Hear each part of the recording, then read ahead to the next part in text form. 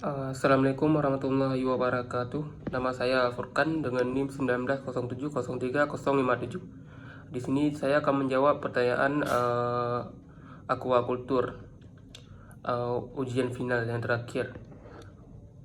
Pertanyaan pertama itu, menurut Anda bagaimana cara memilih benih yang baik, lahan yang sesuai, pakan yang sesuai, air yang sesuai untuk budidaya ikan kerapu, penyakit apa yang sering menginfeksi, dan bagaimana cara menanganinya, dan bagaimana teknik pemasaran yang paling efektif.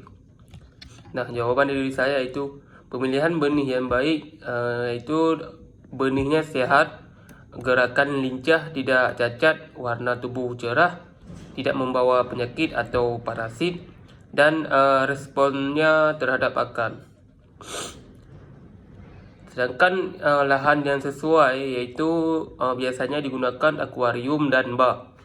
Nah, akuarium biasanya digunakan sebagai wadah pemeliharaan ikan yang terkontrol.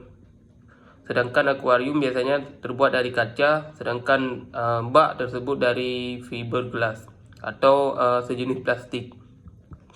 Akuarium dan bak biasanya digunakan untuk pemenihan ikan. Nah, keramba.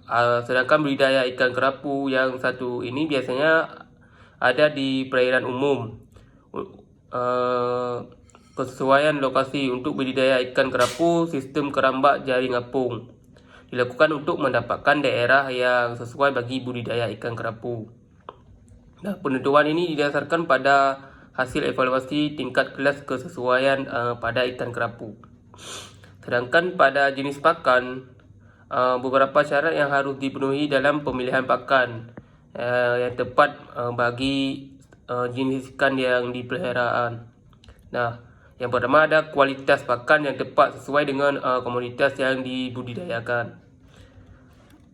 Pada pakan ikan ini dipilih harus mencukupi kebutuhan gizi ikan yang dibudidayakan. Dilihat dari kandungan nutrisi bahan baku yang mengandung protein, lemak, karbohidrat, vitamin, dan mineral. Bahan baku contohnya yaitu bahan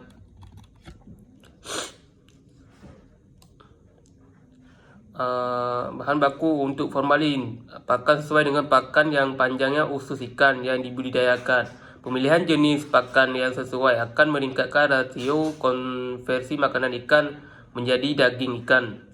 Nah, tidak mengandung antibiotik dan zat racun. Memperhatikan batas kadaluarsa pakan.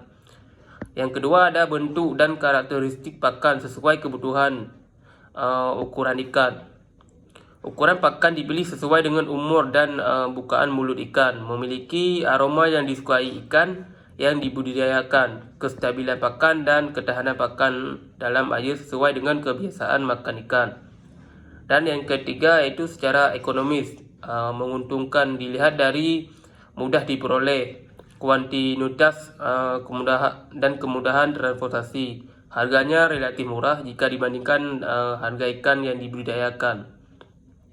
Sedangkan air yang sesuai untuk budidaya ikan kerapu, parameter ekologis yang cocok untuk pertumbuhan ikan kerapu yaitu temperatur berkisar 24 sampai 31 derajat Celcius. Nah, salinitas berkisar 30 sampai 33 ppt.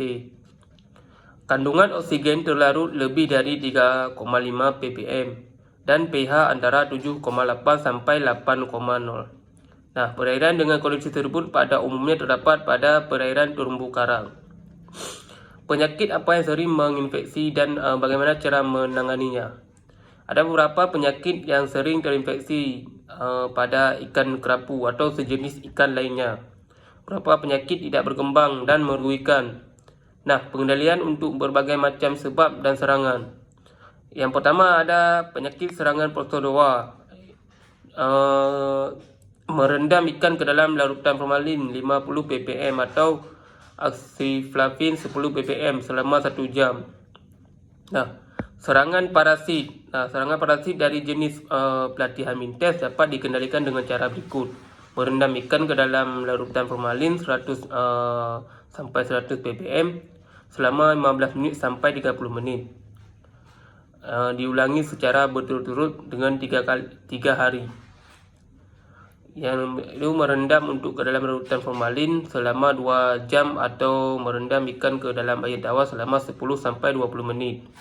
Untuk mengendalikan parasit krustasea yaitu sebagai berikut: merendam ikan ke dalam air tawar selama 5 sampai 15 menit sampai parasitnya menghilang.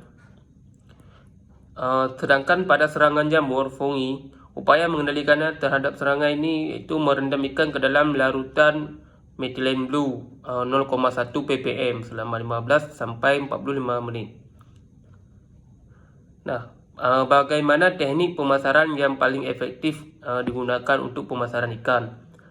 Tergantung jenis ikan yang dipasarkan. Secara umum biasanya dilakukan dengan kerjasama dengan pedagang ikan, kerjasama dengan penjual ikan, hingga jadi supplier di pasar. Yang ketiga ada kerjasama dengan pengepul ikan. Dan yang keempat, kerjasama dengan produser makanan berbahan dasar ikan yang digunakan. Dan yang kelima itu kerjasama dengan tempat makan atau restoran. Dan kerjasama dengan supermarket. Dan kembangkan bisnis olahan ikan sendiri, dimanapun itu tempat yang digunakan. Yang terakhir adalah tawarkan ikan melalui media sosial dan platform online. Karena dunia semakin canggih, maka semakin mudah digunakan. Apalagi teknik pemasaran ini yang paling aktif yang digunakan untuk sekarang ini. Sekian dari pembahasan saya, lebih dan kurang saya mohon maaf. Wabillahi taufiq wal hidayah. Assalamualaikum warahmatullahi wabarakatuh.